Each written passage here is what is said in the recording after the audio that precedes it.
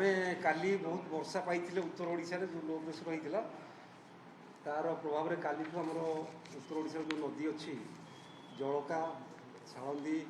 Baitarani mainly तीन टा नदी में बनार प्रभाव अनुभूत होली आज भितर भी किसी वर्षा होमतीक आमर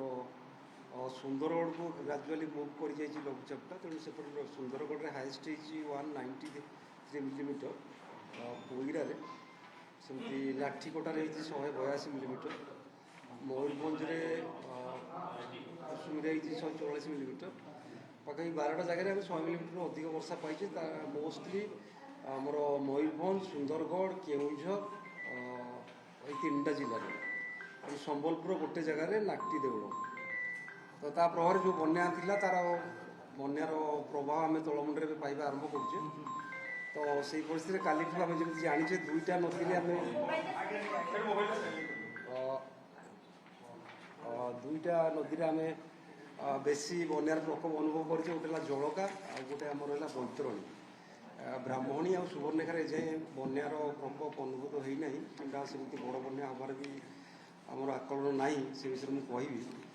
प्रथम देखा जलकार बर्तमान जहाँ थिला स्थिति से 7.40 मीटर को उठी जाइए तार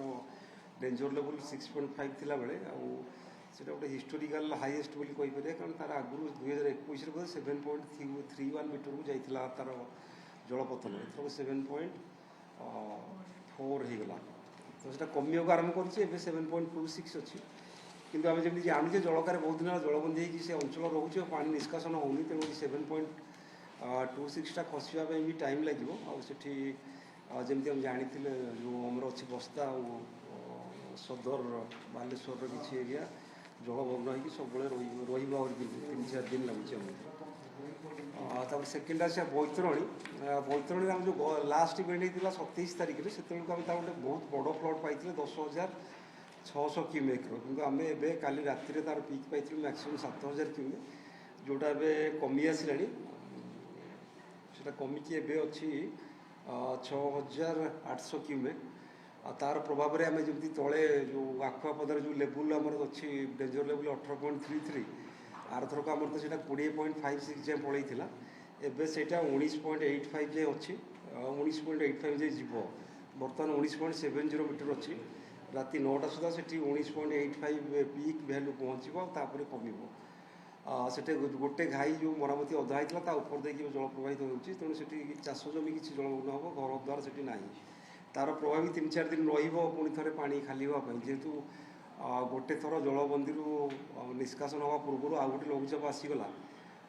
तेणु से जो रोचे आम वाटर लेवल प्रोब्लेम से कंटिन्यू कर 3-4 दिन तापर सुवर्णरेखार आम काली जलपतन बढ़िबार लगी जहाँ आम जमी जाने झारखंडर आम गालुडी ब्यारेज से रिलीज करती मुझे काली कहती 5,000 उपर आमर फ्लड हेले आम बन्या आसला सुवर्णरेखार कहीपर छोट बन्या कि एजाए आम जो आम मापु जो राजघाटर बालेश्वर सेठी एबे भी 2 मीटर तले अच्छी डेंजर लेवल पानी लेवल माने सेठी आमर डेंजर लेवल 10.36 एवं आम अच्छे 7.76 तो पखापाखि 1.5 मीटर ऊपर तले अच्छे कि ग्राजुआली बढ़ो काली सका आम आशा करूँ 5,000 रू 5,500 क्यूमेक भितर जल से प्रवाहित हम जहाँद्वारा कि जस्ट डेंजर लेवल टच कर कि 0.5 फुटे कि 1.5 फुट तापर ऊपर किसी समय चलो तार डिस्चार्ज 5,000 रू 5,500 भितर रहा तेणु गोटे बड़ बन्या सुवर्णरेखार आसब ना बोली आम आकलन रोचे सेमती देखा शालंदी तो काली 4 दिन है कन्स्टाट रोचे एक्चुअली राजघाट पाखे जो लेवल आम 17 फुट जगह 16.8 16.2 रू भैरी करुँची बेसी बढ़ुना लेवल आम भी हदौड़ बेसी पानी भी जहाँ छाड़ा होता कमे देखा बर 50 क्यूमेक जाऊँगी नदी में तेणु से प्रभाव में जहाँ तल अंचल जो तिहिड़ी पिड़ी ब्लक बुड़िकी रही है भी जलबंदी अवस्था रही है खाली ही पारना तेणु मोटामोटी देखा गले उत्तर ओडिशार जी आमर नदी थिला तादेहु मुख्यतः जलका एवं बैतरणी आम गोटे बन्या परिस्थिति सामना करुचे काली सुवर्णरेखार बड़ बन्या आसब ना बोली आकलन अच्छी ब्राह्मणी भी आरथर को जी होता 50% कम फ्लड डिस्चार्ज हम तेणु एत बड़ बन्या हम ना ब्राह्मणी बोली आम आशा कर ନା ସୁବର୍ଣ୍ଣରେଖା ସ୍ମଲ୍ କହିପାରିବା, ସାମାନ୍ୟ 5000 କ୍ୟୁମେକ୍ ଭିତରେ ଯେହେତୁ ରହିବ, ଲୋ ଫ୍ଲୋଡ୍ ବୋଲି କହିପାରିବା ଆମେ, ମଧ୍ୟମ ବି ହେବ ନାହିଁ। ମଧ୍ୟମ 6-7 ହଜାର କ୍ୟୁମେକ୍ ହେଲେ ହେବ, 7 ହଜାର ଉପରେ ବି ସେଠି ବହୁତ 8200 କ୍ୟୁମେକ୍ ଯାଏଁ ଆମେ ସେଠି ପ୍ରବାହ ଆଗରୁ ବି ଦେଖିଛେ ସୁବର୍ଣ୍ଣରେଖାରେ।